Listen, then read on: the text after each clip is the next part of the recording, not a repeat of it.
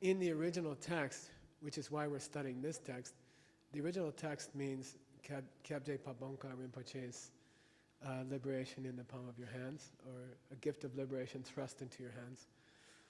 In the original text, we've reached day 5, okay?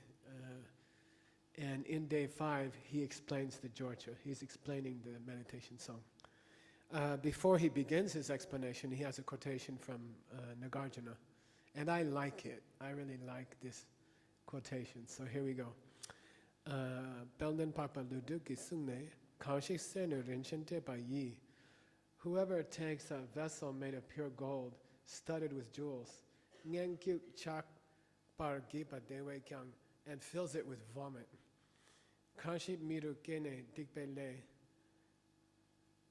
A person who is born into a human life and wastes it is more foolish than the person who takes a golden vase and fills it with vomit. Okay, it means don't waste this, what do you call it, vessel which you have been born with. Use it. Okay, don't be a fool. Don't fill your life with useless things. Make your life meaningful. Okay, which means serving other people. That's what makes life meaningful. And going to the Arizona Corporation Commission meeting is exactly the kind of thing that would make your life meaningful, because it would help many generations after us. Okay. Okay. That, by the way, those of you who care, that's from Surleka, which means the letter to a friend. And Ken Rinpoche translated it many years ago, I think 40 years ago. Okay. It's a beautiful book. So we're at a section, page 21. Okay, if you have a book, and the image is of Luis. So if you could show that one. This is our friend Luis, who was diagnosed with a brain tumor in Mexico City and really devoted himself to Dharma and had some amazing experiences, and then passed away. The brain tumor went away, I think, but then he passed away from some other complications in his intestines. So, but those of us who watched the film, which is going to be shown tomorrow night at 7:30 at Pollock Theater, P-O-L-L-A-C-K Theater in Tempe at 7:30. It's a wonderful film. It was made by some of our friends in Mexico City. It details his life, because he was a pretty well-known actor, and they were already in the process of making a film when he fell ill, and then it became a film about his life, and it's very beautiful, and how he studied Dharma and how he started using karmic seeds. So I encourage you to go to the film tomorrow. So, tomorrow's a day off. In the morning, you can do something, meaningful. Sit there for a couple hours while they get to our case. And then I say come for an hour or whatever's comfortable for you. Just show your face, okay? We might not even be able to get in the building, okay? But we'll talk about that. We'll be there. And it may be very crowded, I think. But it's a test case pretty much for America, for the United States. So I think it's important.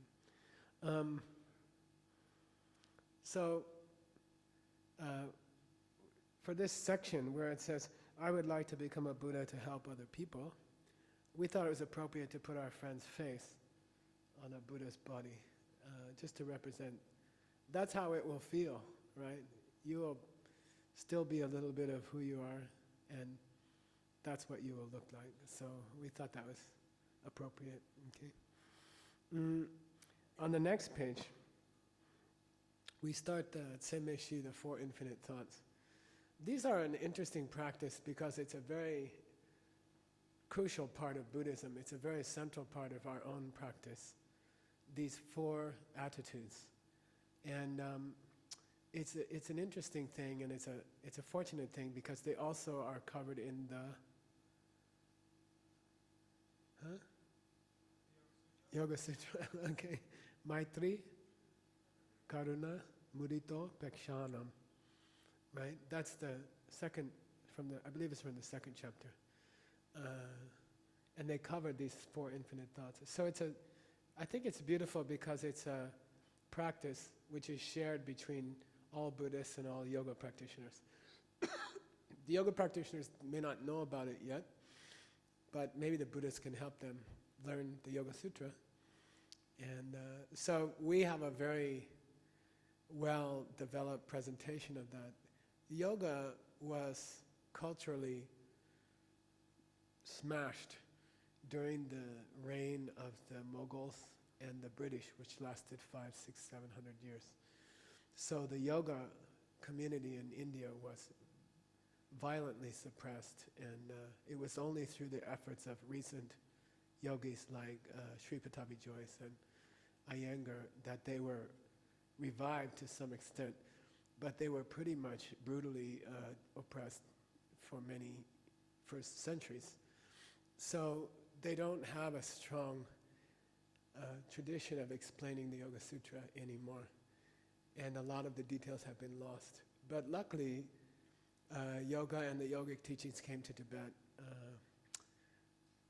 like 100 years before the Mughals finished their destruction of those things. So we have that lineage. And if you're interested in yoga, if you ever have a chance to teach in a yoga studio, this page 23, that's a teaching which is shared between us and the yoga community from ancient times, from 1,000 years ago. So I think it's kind of sweet if you learn it and if you share it. And this book in your hands is the source of many of our presentations. You'll see in here many prayers that you know. Like the prayer that we do before class is in this book. So there's this book is a very fundamental book. So if you ever have a chance to speak to a yoga group, it's sweet to show them the book, say this is how we prepare for meditation. And on page 23 is one of the highest teachings of both traditions. Starts here, and it's in very good detail. This is a very detailed version of it, okay? In what's covered in the Yoga Sutra in 4 words is covered here in 4 verses, so it's very detailed, it's very beautiful. All right, so let's start on that. The first thing you have to know, these are 4 high attitudes. They're called seme shi. Seme shi means, seme means immeasurable or infinite, okay? And shi means 4. So there are 4 attitudes expressed. In the Yoga Sutra, the order is Maitri, which means love, Karuna, which means compassion, Mudita, which translates as joy, and Upeksha, which means equanimity or feeling equally towards all people. Treating all people equally, whether you like them or not, whether they like you or not, okay? These are the 4 high attitudes. But in our tradition, they are practiced as seme. Seme means they have no limit, they are infinite, all right? What does that mean exactly? There's a way to practice those 4 attitudes which creates infinite good karma, okay? So normally you make a tea for somebody, or you give somebody a ride someplace, or you hand them a free book. These are good karmas. They will create good karmic seeds in your mind, and those seeds will wear out, and then you're back to 0. It's like a debit card, and then you spend the stuff, and then you're back to 0. There's a limit to the amount of good karma you make, and it wears out. These 4 practices, if you do them properly, are focused towards an infinite number of people, okay? You imagine an infinite number of people, and then you feel these 4 attitudes towards them, and then the karma becomes correspondingly infinite, okay? And if you're like me, you know, I've been doing this, I memorized this when I was 23 or something. I was required by my Lama to memorize it and practice it. And I used to sit there on my bed in the garage in which I was living and close my eyes and try to think of countless people and being nice to them and helping them.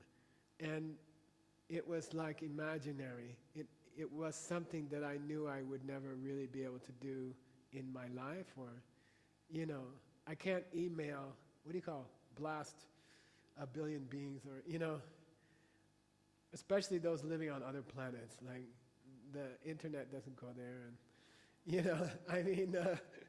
I thought it was all like a good, a sentiment. It was a nice idea, but it wasn't practical. You see, I thought, I can try to imagine, and I tried, and it was pleasant, and I tried, and it was a good karma.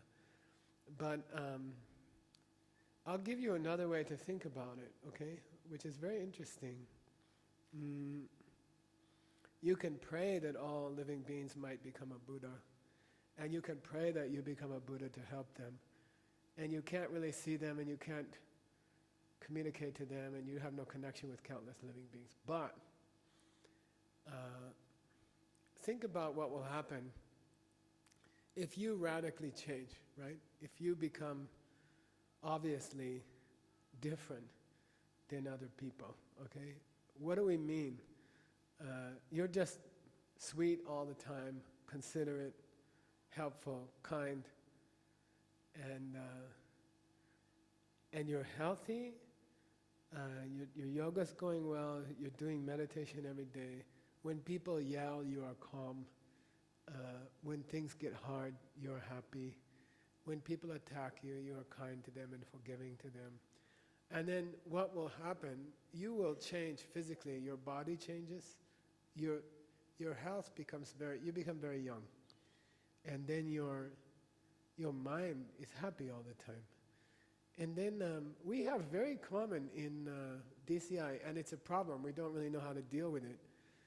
We will give a program in Bulgaria or Hong Kong or Buenos Aires, and then 10 people will come up and say, okay, I want to join. I want to do what you're doing. I don't know what you're doing, but I want to do it, And then it would be nice to be able to, let me show you a video, okay? You have that video, Scotty? Yes, it's called H-Met-S. I gave it to lads yesterday. It's a very profound video. This is my suggestion on how to reach countless living beings, all right? Practically, not imaginarily, okay? You ready? Okay, here we go. What is that supposed to mean? Nothing. It's just that all men are sure it never happens to them, and most women at one time or another have done it, so you do the math. You don't think that I can tell a difference? No. Get out of here. Yes! Yes! Yes! Oh! Oh, yes! Yes! Yes! Oh! Yes! Yes! Yes! Yes! Yes! Yes! Oh! Oh! Oh! Oh, God. Oh. I'll have what she's having. I just found out the older lady is the mother of the director. Okay, I'll serious next time. I showed that once in China and didn't go over very well. Maybe Mexico is better, I don't know. But it means I'll have what she's having, okay? And it happens to us, even on airplanes in DCI, we'll be on an airplane and we're having a good time and we're all like laughing and, having a beautiful time. And then the stewardess in the middle of the flight to China, 6 hours into the night, she'll like wake you up and say, what do you guys do, Like, what do you do? And does your company have any openings? We were at the Good Egg in next door to Christine's house. And the waitress asked us, we had a DCI board meeting, and the waitress asked us to hire her son on the spot, And it means I'll have what they're having, okay? So in a practical way, you can help all the beings in the world. You can pray for all the beings in the world. You just work on yourself, right? You become a nice person. And that changes your face, it changes your bearing, it changes your vibration, and then just people ask you, what are you doing? I want to do what you're doing. I'll have what he's having. You see what I mean? And you don't have to preach to them, and you don't have to, what do you call it, missionary thing, proselytize to them. You don't have to do that. You just become a good practitioner. Your yoga's good, your meditation's good, your service is good, you're going to all the Corporation Commission hearings, and all that rubs off on you, and you look different, and you act different, and people are attracted to you. And then they ask you, what are you doing? How did you find this boy? This nice boy, and then, or this girl. And you say, well, I believe in this system where if you want a nice boyfriend or girlfriend, you have to go to a nursing home, and you have to help a lonely person at a nursing home. And then you make seeds in your mind, and you what do you call, farm them properly. And then a perfect girl shows up, and he did that, it was cute. So then people will say, how did you guys meet each other, and she'll say, I met him I don't know where it was, but he'll say, yeah, but that wasn't how it really happened, I was doing this karma magic thing, and then people will say, can you teach me to do that? And then they'll do it, and then they'll find somebody, and then they'll do it. You see, it just spreads like that, by example, by your example, by your living example, okay? In Russia, they kept saying, живой пример, живой пример. It means living example, okay? So you can pray for all living beings, that's okay. You can sit on your cushion and say, may I help all living beings? But in practice, practically, actually, really, the way to do it is to work on yourself first, and you become a happy person, and a complete person, a whole person, spiritually complete person. People can smell it. People are not stupid. People are like dogs. I had this dog. What was his name? Panchovia. Did you ever meet Panchovia? Oh, he was a Chihuahua or something. We had him when the first ACI course we ever did in New York. Our place was in a terrible part. It's called Hell's Kitchen. And it was dangerous. The guys walking around waving guns, and the people got their cars stolen during class. It was cute. And then we had this dog, and he would bite people. When people walked in who didn't like dogs, he would bite them. And then I had to pay for all these rabies shots, and I had to talk to these people who are all angry. And then if a person came in who liked dogs, the dog smelled it, and the dog just licked them and be sweet to them. There's a story about Punzok. Do you know this story? I'll tell you secretly. We had a very nice young man. He became a monk. But there's no place to buy robes. Even at Walmart, they don't sell robes. And so he knows how to use a sewing machine. So the night before his ordination, he spent all night up sewing the robes, all night. And in the morning, he was done. And he calls upstairs, Geshe, can I come up and show you the robes? I'm like, yeah, come on. So he puts them on and he walks up the stairs. Panchavia is sitting on the stairs. And as Punsok walks by, he goes, psht. I didn't say anything. I said, oh, the robes look nice. I figured it would dry before he figures it out. And so that was Panchavia. Dogs can smell who likes dogs. And people can smell if you're doing your practice, okay? You can get up and try to teach yoga, but if you're not doing regular yoga, you won't have a lot of students, and they won't like it, and they won't come back. You can teach meditation, you can learn all the books, but if you're not doing your meditation, people can smell it. If you're not happy and calm and clear, people can smell it. People aren't stupid. People pick up 1,000 tiny clues from your body, how you move, how you talk, how you smile. People can tell, okay? If you have a real, genuine practice, then people will, and if it makes you successful and happy, people will copy you. And then people will copy them, and then people will copy them, and that's a virus. then you become a virus and you spread. You see? Can you touch all the people in the world? Of course you can. You know? We are watching movies and suddenly some guy's explaining the pen in the movie. We saw a movie, some guy's explaining the emptiness of the pen in the movie. What movie was that? Do you remember? Huh? Percy Jackson, lightning something. A guy does the pen thing. So how did he know the pen thing? He heard it from somebody who heard it from somebody who heard it from somebody who heard it at a DCI program or something, okay?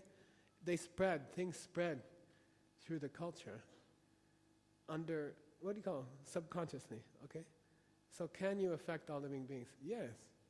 Okay. Can you change every living being? Yes. Practically you can. But not without becoming what you're selling. Got it? Okay. When you become what you're selling, it sells itself. Cool? All right then.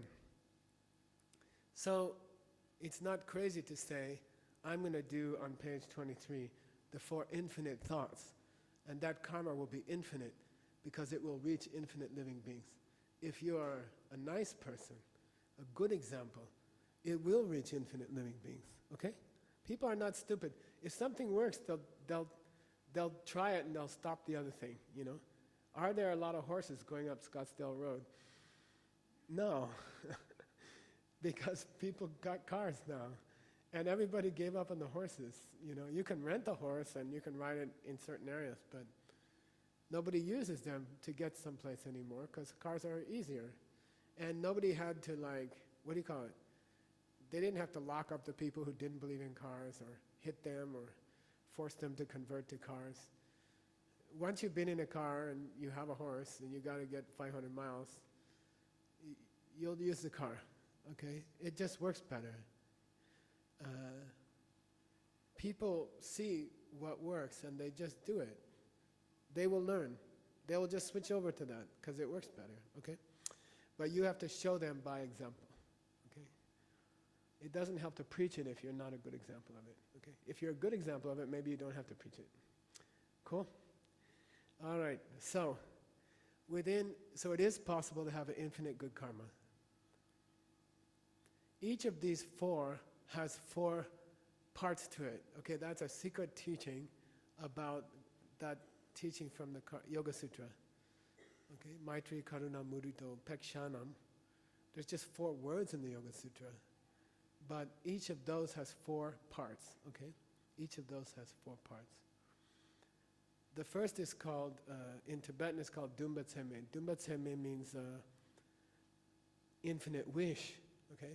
There's an infinite wish. I wish something would happen. In the English translation, in the Tibetan it's Chimarung. Say Chimarung. Chimarung. In English that's how nice it would be. How nice it would be, okay? That's the first part of each immeasurable, of each infinite thought. How nice it would be if blah, blah, blah, blah, blah, okay? Number 2, it's called Mumba Tseme. Mumba, what's Munlam? Prayer, yeah, so infinite, in this case it's like a decision, okay? An infinite decision. In the English, it's that's the way it should be. In English, that's the way it should be. The Tibetan is Kyorchik, Kyorchik. That's the way it should be, okay? How nice it would be if blah, blah, blah, number 1. Number 2, that's the way it should be. That's a decision, okay? You make a decision. The first thing is like a wish. The second thing is a decision, okay? Now let's go to the third. In Tibetan it's Daki Chao, which is Hlaksam, infinite Hlaksam. What's Hlaksam? The buck stops here, okay? The buck stops here. I will, in English, I will make it happen. I will make it happen, okay? And I kind of have that experience. I was at Diamond Mountain over the weekend, and ultimately, if the retreat goes on or not, I have to do something. If I don't raise the money, or if I don't do the corporate things, or I don't find someone to do everything, each thing, then it will collapse.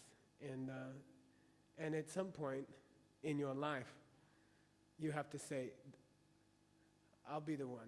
You know, if everybody else quits, I'll take the food there, I'll pay for the food, I'll drive it up there. You know, you just decide. you're going to have to kill me to stop this retreat. Like, I'm here, and I'll make it happen. Even if I have to go to work in Burger King and steal hamburgers, I'll make it happen, okay? So you have to, I will make it happen. That's the third part of the infinite thought. In Tibetan it's called Plaksam. Plaksam Nanda, okay? Plaksam. Plak means extraordinary, sam means intention. But what it means is, I take responsibility. And either, they say in Tibet, sometimes they'll say, either I will die or this thing will finish. But one or the other will happen. Okay? And I'll make sure it gets done. Okay? And if nobody helps me, more than that, if everyone criticizes me, or if everyone tries to stop me, I'll still get it done. Okay? Got it? That's number 3. Number 4. Dedarchu Nupa Lama Hle Jingi Laptusu. It means ask for help. Ask for help from your teacher, from your Lama, your heart teacher, whoever it is. My heart teacher is not a Buddhist, okay, technically. All right? Who knows? You pick your heart teacher. It could be your mother, could be your father.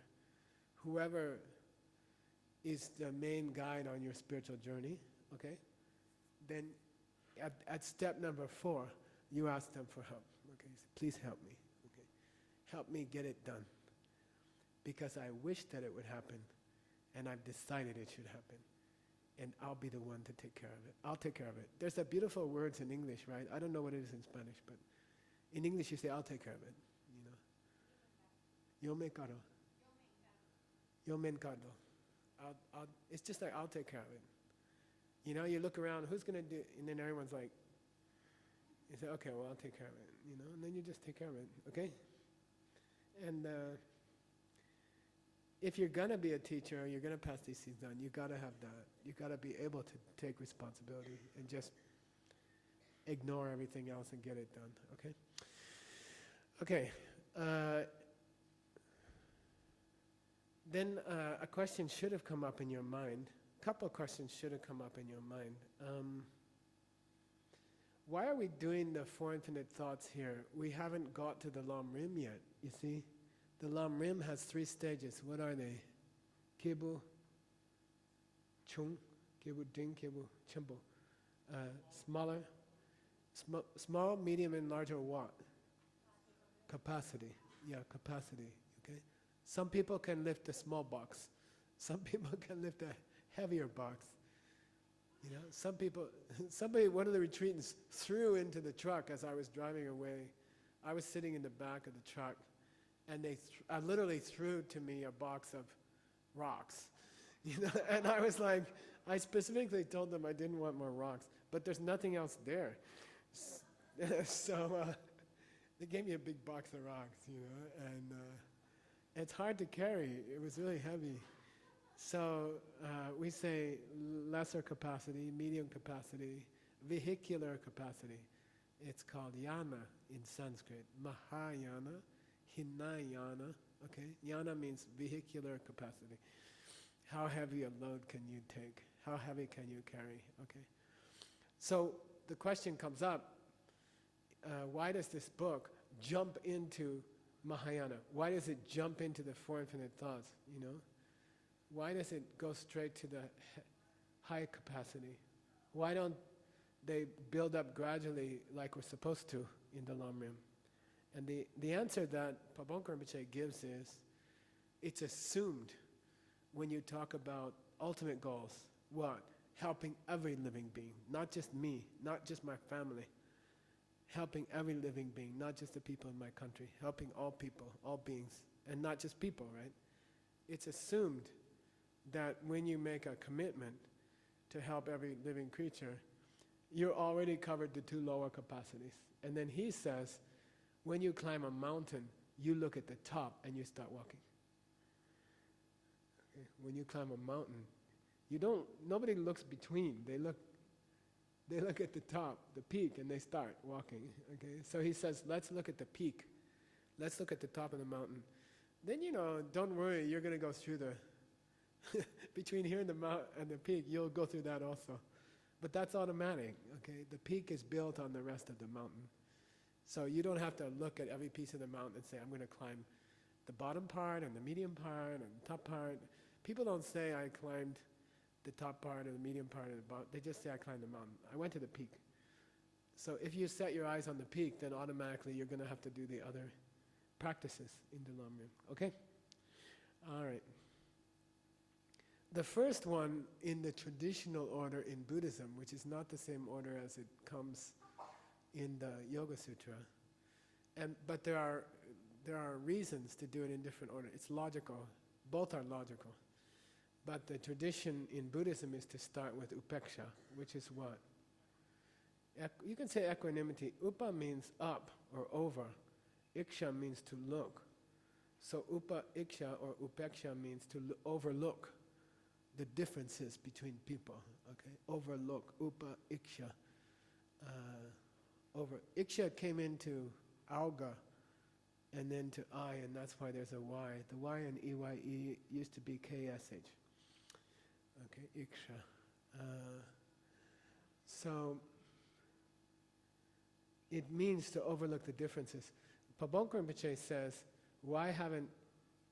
how can I help all living beings? That was the last thing we were supposed to pray for, Louise, right? The picture of Louise. And then we're supposed to pray for all living beings, and that we could help them. And then Pabonko Rinpoche says, well, why can't you help them now? And he answers his own question and says, because you don't treat them equally. You have favorites. You don't like some people and you do like other people. So you take care of the people you like and you ignore the people you don't like. I like to translate it the opposite way, which is how we did it here. May I find equal feelings never closer to those who love me and never farther from those who hate me, okay? Some people dislike you. Some people love you. But if you're going to practice this path, from the beginning, you have to decide you're going to treat them equally, okay? The people who treat me nice and the people who hurt me, from my side, unilaterally, I will treat them all nice, equally nice, okay? It's a very difficult practice, okay? But it's the only honest practice, all right? Then he says a beautiful thing. He says, a person who is practicing the first infinite thought is like a child whose parents are always fighting. And that was how I grew up. Some days my mom and dad would fight, and then we were always trying to distract them. Spill something or get in a fight so they would stop fighting, or give them both ice cream and see if they would stop. You know what I mean? So we are like children, and other people are like parents who are fighting, and we have to try to get them to be nice to each other and get them to treat each other equally. You cannot teach another person to treat other people equally in the highest way unless you're already a Buddha. A Buddha is most skillful at teaching other people to treat each other equally. Therefore, the four infinite thoughts come here. Okay? I cannot teach others to treat each other equally unless I already do in an ultimate way. And to do that, I have to get enlightened. And that's the same motivation as bodhicitta. That becomes bodhicitta. What's the definition of bodhicitta in Tibetan? Anisendunchir. And that's what Chanju do. Okay, this is a quotation from the future Buddha, the next Buddha, to come in this world. And he said, ultimate love is defined as, I want to help all beings. And I will become a Buddha to do that. I will help all beings. To help all beings, I will become a Buddha. Okay? That's ultimate love. That's wrapped up in the four infinite thoughts. Because to get other people to treat each other equally, you have to become a Buddha, because only a Buddha is skilled enough to do that. Got it? That's why these two are connected. To the last part, the last page. All right. So I'll just repeat it. Let's do it together. You ready? Let's start on verse 31. We never read the italicized part unless it's a mantra, okay? The Sanskrit I put into italics, but the italicized parts are meant to be, are just instructions. They're not meant to be sung, okay? Let's go through Verse 31. 1, 2, 3. How nice it would be if every being could find equal feelings for every other being, never closer to those who love them, never farther from those who hate them. That's the way it should be. I will make it happen. And I ask my angel, my Lama, to grant me the strength to do so. How nice it would be if every living being had happiness and the causes of happiness. I'm just doing one time. That's the way it should be. I will make it happen. And I ask my angel, my Lama, to grant me the strength to do so. Next page on the back of that page. How nice it would be if every living being were free of pain and the causes of pain. That's the way it should be. I will make it happen. And I ask my angel, my Lama, to grant me the strength to do so.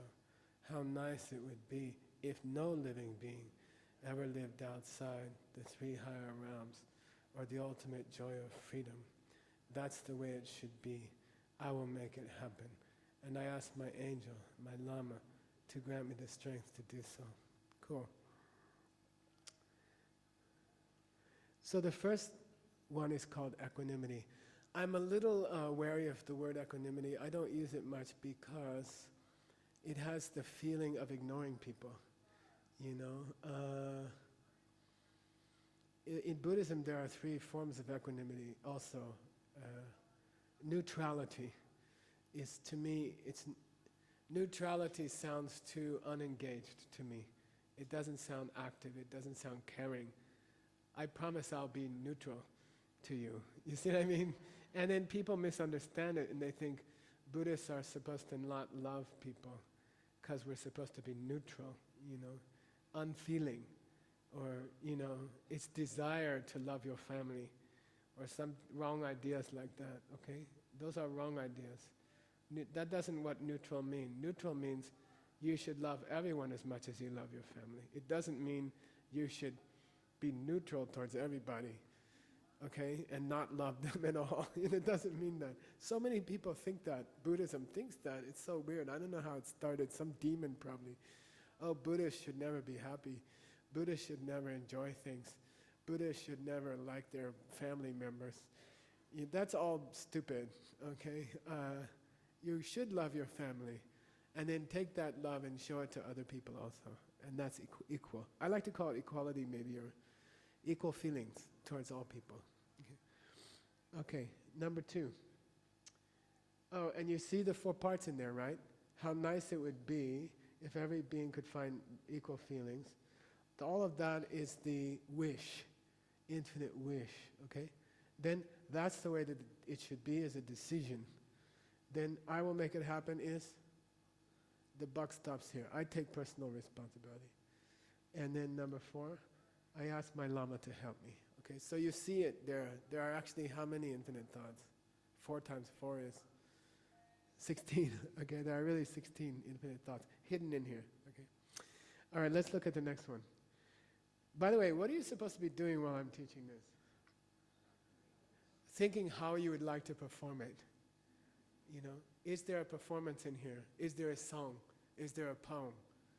By the way, there could be a group just that lead meditations. You could lead a meditation. I think it'd be sexy to design a meditation for these 4. You know, like you could lead the audience in a meditation, and that's also very appropriate.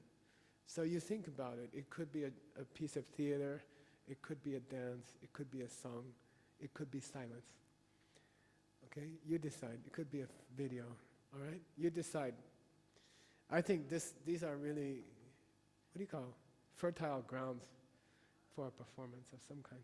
Okay, and when you eat with others tonight, or you sit around with the people tomorrow, between the hearing and the movie, or you can go out and talk about what you're going to do. Okay, any person here can do something.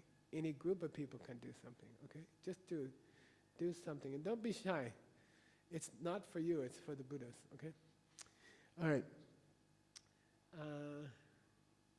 Happiness is easy. And I put in a picture of a guy. The guy on page 22 lives in my garden. His name is Guai Le. Kuai Le in Chinese means Mr. Happy. And I bought him at Pier 1. I was supposed to get Christine one. I never got it yet. But he's very handsome. I like his feet. His feet are up. And he lives in my garden. His name is Kuai Le. Kuai Le. So if you're in China or you meet somebody, Chinese person, you can say Kuai Le. I hope you're happy. Okay, that's happiness. All right. I'll just point out one thing in that verse, which is verse 32. It says, how nice it would be if every living being had happiness and the causes of happiness. And I mentioned it at Diamond Mountain, but I'll mention it again. So we have a group in Guadalajara, amazing group. They do everything right. They have a nice attitude. They do great programs. And they are supporting a medical facility, really, like what do you call it, small residential medical facility, 30 beds, called Casa Huichol. Huichol people are like Navajos or Apaches, and they are the native people not far from Guadalajara. And if they get sick, which typically happens from the chemicals that they are exposed to, like DDT, the use of DDT is not so well regulated in those parts of Mexico. So you might get bathed in DDT for a couple of years, and then you get cancer. And then they come down to Guadalajara to have operations, and they can sleep in Casa Huichol, and their families can come with them and sleep together with them in the same little room. So the Guadalajara group, our Guadalajara group, works very hard there. I heard, the director of Casa Huichol told me that because of the group's efforts, 450 volunteers are helping them because of our group. So I think that's wonderful. Okay. Then I went down there and I visited them, and there's this guy named Aldo. He's at the end here somewhere. Where is he? What page is he on? 155? Yeah, that's Aldo, 155. I met him, and I said, Aldo, when I look at you, I see Carlos Slim. And he says, what? Carlos Slim is the cell phone king of Latin America. And he's the richest man in the world, more wealthy than Bill Gates or what's his name, the guy who bought my company, Warren Buffett. Okay, he's wealthier than them. And he just built an $85 million museum in Mexico City. What's it called? Sumaya Museum. His wife's name, who passed away. We gave a talk there. So I said, Aldo, when I look at you, I see Carlos Slim. And he's like, yeah, Geshe. That's why I ride a bike home, And I'm like, no, you're going to be, when I look at you, I see a wealthy man, wealthier than Carlos Slim. And he said, well, what do you mean? And I said, well, everything you're doing at Casa Huichol, you're giving everything for Casa Huichol. Then if you could see the future, you're going to be extremely wealthy. You will be a very wealthy person. When I look at you, I see what you will be. Okay? So when you pray for other people, you can say, I pray that you will be happy or wealthy now. But I also pray that you will do the things that will make you wealthy for the rest of your life. You see what I mean? So you don't just pray for them what they will be now. You pray for what will make them happy for the rest of their life and lives, okay? So in this infinite thoughts, you say, I pray that you will be happy, and I pray that you will do the karmas that will make you happy later also, okay? You don't just deal with the present. You offer them the future also, okay? Very beautiful. Very smart, okay. Same thing with verse 33. How nice it would be if every living being were free of pain and the causes of pain, okay? Then most successful people, if you could simultaneously see them in the present and in the future, if you could look at wealthy, selfish people, as some of them are, not all of them. Many wealthy people are very unselfish, but if you could look at a wealthy person who is selfish and see their future at the same time, it would be a very sad thing. You see, they would be very unhappy, very sad, very impoverished, very, very poor, or very sick, or very misliked by people. You see what I mean? If you could see a person's future in the moment that you shake their hand, you know, and they're wealthy and they're well dressed and they go to the fitness club and they have a nice wife and, you know, big house, but they cheated people to get it, then while you're shaking their hand in their big house, you can see their future. It's very depressing. It's very distressing, okay, to know what someone's going to be. It's very sad, okay. So in this verse 33, you say, may this person not have pain, and may they not do things that have caused them trouble later, okay? Okay, got it? Just nod, and you might get a break soon. Okay, I know I hate teaching in the afternoon, but we have a ceremony tonight, and we have to do the class in the afternoon. Okay. Last verse, 34 of the 4, okay? How nice it would be if no living being ever lived outside the 3 higher realms or the ultimate joy of freedom. It means there are 3 higher realms. After you die, you could either go down or you can go up, okay? To go down, you're like an animal or something like that. If you go up, you become a human again. Most people who like teach yoga classes and they talk about rebirth, they assume you're going to come back as a human. It ain't so. Okay. Somebody asked Lord Buddha, how many people come back as a human? And he licked his finger and he touched and he went like that. How many pieces of dust on my finger? And they said, I don't know, maybe 50. And then he said, how many pieces of dust in the planet, in the whole planet, down to the core of the planet? How many pieces of dust, you know? And they said, I don't know, billions and billions and billions. He said, that's the odds of coming back human. He went like that, okay? Those are the odds of coming back human. Most people don't, okay? To be human, I'm very aware that my last life was much better than my current life, okay? And I'm worried about it, okay? I worry about it, you know. He did a really good job.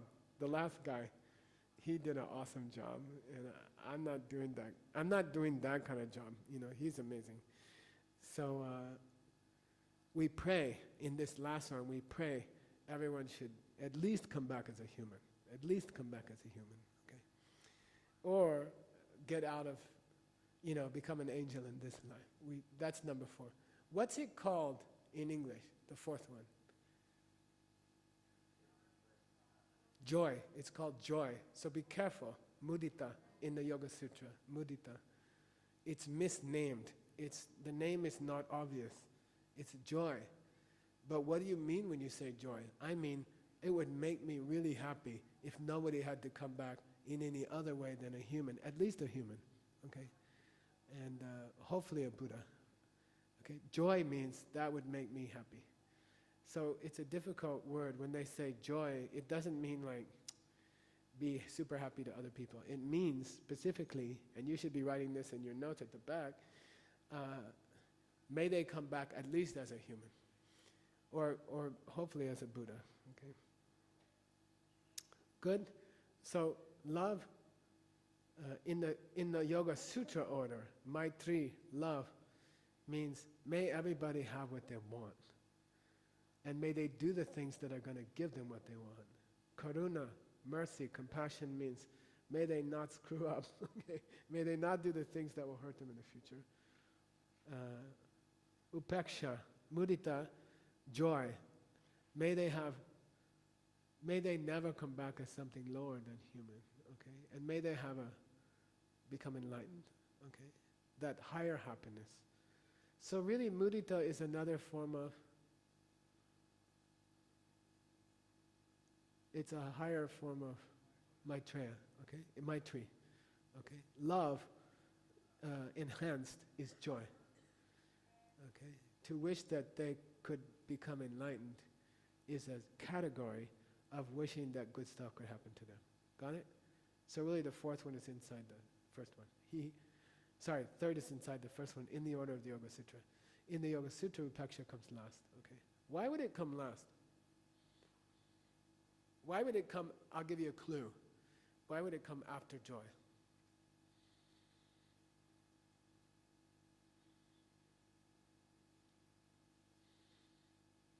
Yeah. Purifies what?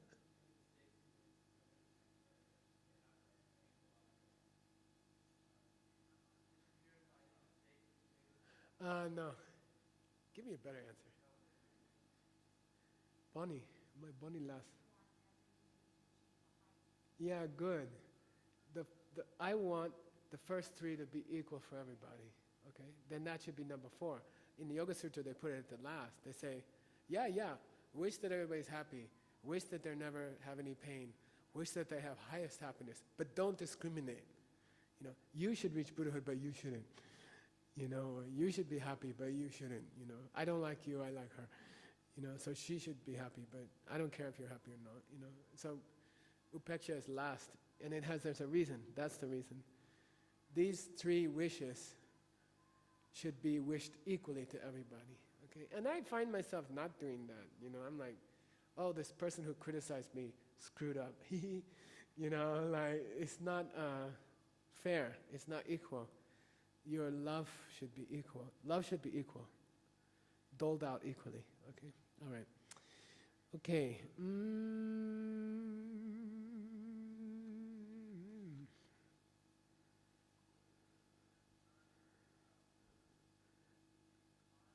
I think that might be a nice place to take a break.